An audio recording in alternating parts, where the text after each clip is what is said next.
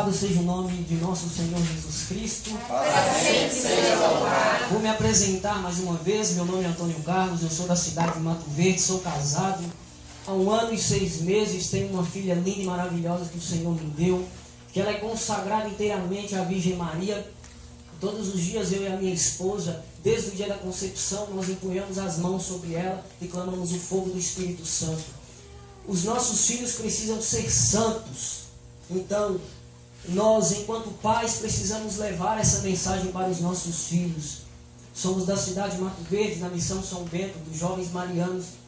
Então, hoje, aqui em Montezuma, dizer que é uma alegria profunda. O nosso coração se alegra.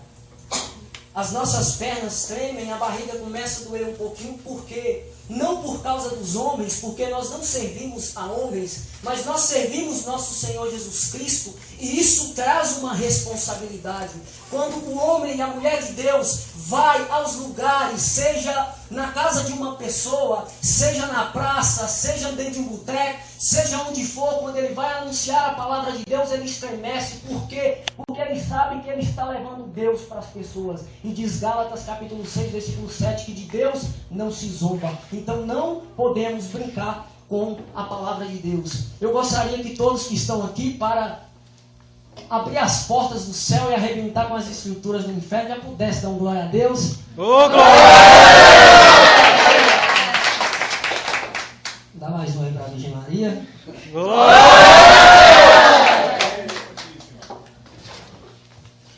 O mundo tem dito, eu quero ti, eu quero já. Nós dizemos, nós queremos é Jesus Cristo. Candará, bandai, amém? Amém. Começar com um breve testemunho. Um dia nós estávamos voltando da cidade de Pai Pedro. Eis que o Espírito Santo tocou no coração de um irmão e disse, eu tenho uma missão para vocês. Nós voltando daquela missão, o Espírito Santo nos disse, eu quero que vocês entrem nessa casa. Então nós viemos pelo caminho, paramos diante daquela casa, entramos naquela casa e ali anunciamos a palavra de Deus, ali nós deixamos a profecia para aquela família e fomos embora. 15 dias depois, eis que aquela mulher, a gente encontrou aquela mulher e ela disse, depois que vocês entraram lá em casa, meu esposo, que foi alcoólatra a vida inteira, a partir daquele dia ele parou de beber. Aquela moça que chegou lá, que ela estava mais de 1 ano sem conversar com meu esposo, ela não sabe porquê, mas algo tocou nela, que ela foi naquela casa, na minha casa, naquele dia, e ela voltou a conversar com meu esposo. Eles eram irmãos e não conversavam. Ou seja, a palavra que Deus deu para a nossa missão, para a missão São Bento, é Josué capítulo 1, versículo 3. O solo onde os teus pés pisarem, eu vos dou. Então eu não tenho dúvida nenhuma de que o poder de Deus, sobrenatural, transcendental, tridimensional, da glória e da graça de Deus hoje, vai acontecer nesse lugar.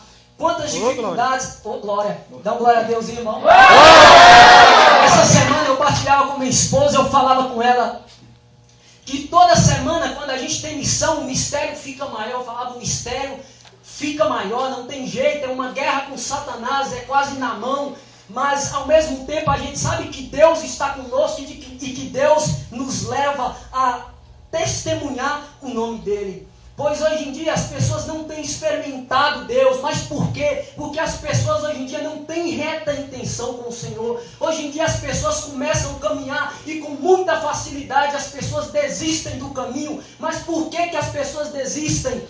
As pessoas desistem porque não têm reta intenção em buscar Deus, não buscam o Senhor por amor. As pessoas não têm buscado Deus pela palavra, e a palavra de Deus santifica o coração do homem. As pessoas dizem, mas eu abro a palavra e eu não encontro Deus. Não encontra Deus porque não tem reta intenção, não abre o coração para viver os mistérios de Deus.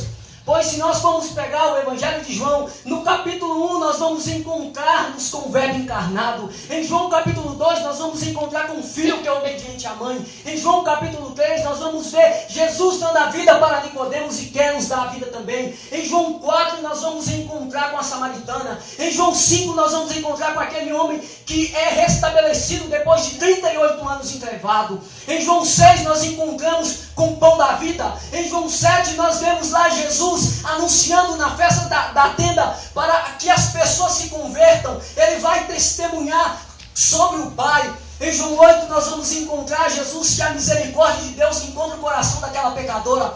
Em João 9 nós vamos encontrar Jesus curando aquele cego de nascença. Em João 10 nós vamos encontrar o bom pastor. Em João 11 nós vamos encontrar Jesus ressuscitando Lázaro e quer ressuscitar os nossos corações também.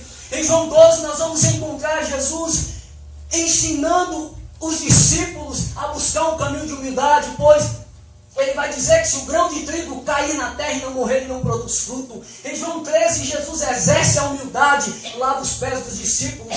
Em João 14, nós encontramos com Jesus Cristo. João 14, 6, ego sum via et veritate et vida. Eu sou o caminho, a verdade e a vida. Em João 15, nós encontramos com a videira e nós temos que estar ligados a essa videira. Em João 16, nós encontramos com o Espírito Santo. Em João 17, nós encontramos com Jesus, homem de intimidade com o Pai, na sua oração sacerdotal. Pai, santifica-os na verdade, a tua palavra é a verdade. Em João 18, é esse mistério que eu vou pregar aqui hoje. Nós encontramos com Jesus traído e abandonado. Em João 19 nós vamos encontrar com Jesus crucificado, que morreu por amor à humanidade. Em João 20 nós experimentamos a ressurreição. E em João capítulo 21 nós encontramos com a confirmação da igreja. Quando Jesus, no capítulo 21 de João, no versículo 15, ele diz: Simão, filho de João, tu me amas, tu sabes, Senhor, que eu te amo, então apacentas as minhas ovelhas. Então, na palavra de Deus nós encontramos com o nosso Senhor Jesus Cristo. Então esse esfriamento que tem acontecido na vida e no coração dos filhos de Deus é porque as pessoas não amam a palavra de Deus, não comem. Tem dia a gente dá missão, a gente ama a palavra de Deus, a gente procura trazer ela no coração. Tem dia que a gente está meio doido, a gente mete o dente na Bíblia e come um pouco também, porque a palavra de Deus consome a nossa alma.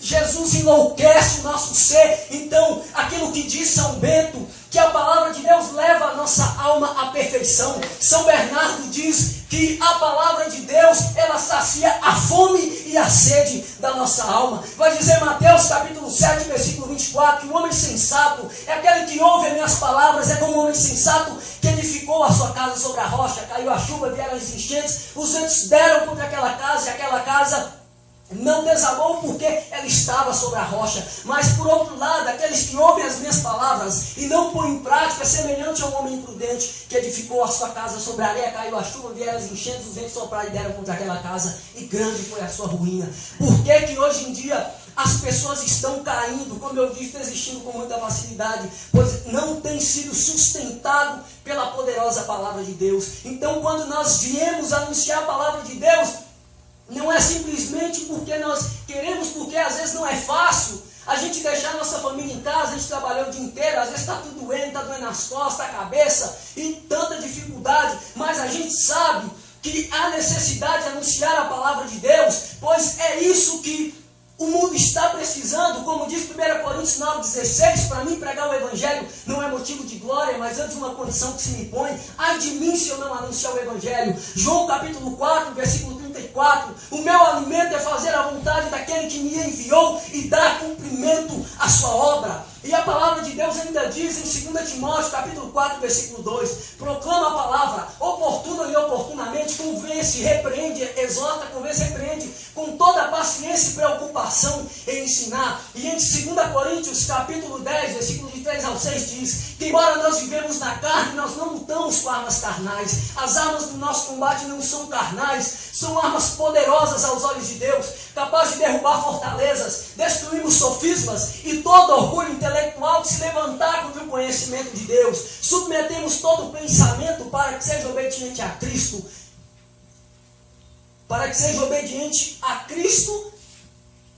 Então, o nosso coração precisa estar ligado a essa palavra, a palavra de Deus. Então vamos começar essa pregação. Quem trouxe a palavra de Deus, pega comigo em Mateus capítulo 27, versículo 45 a 50.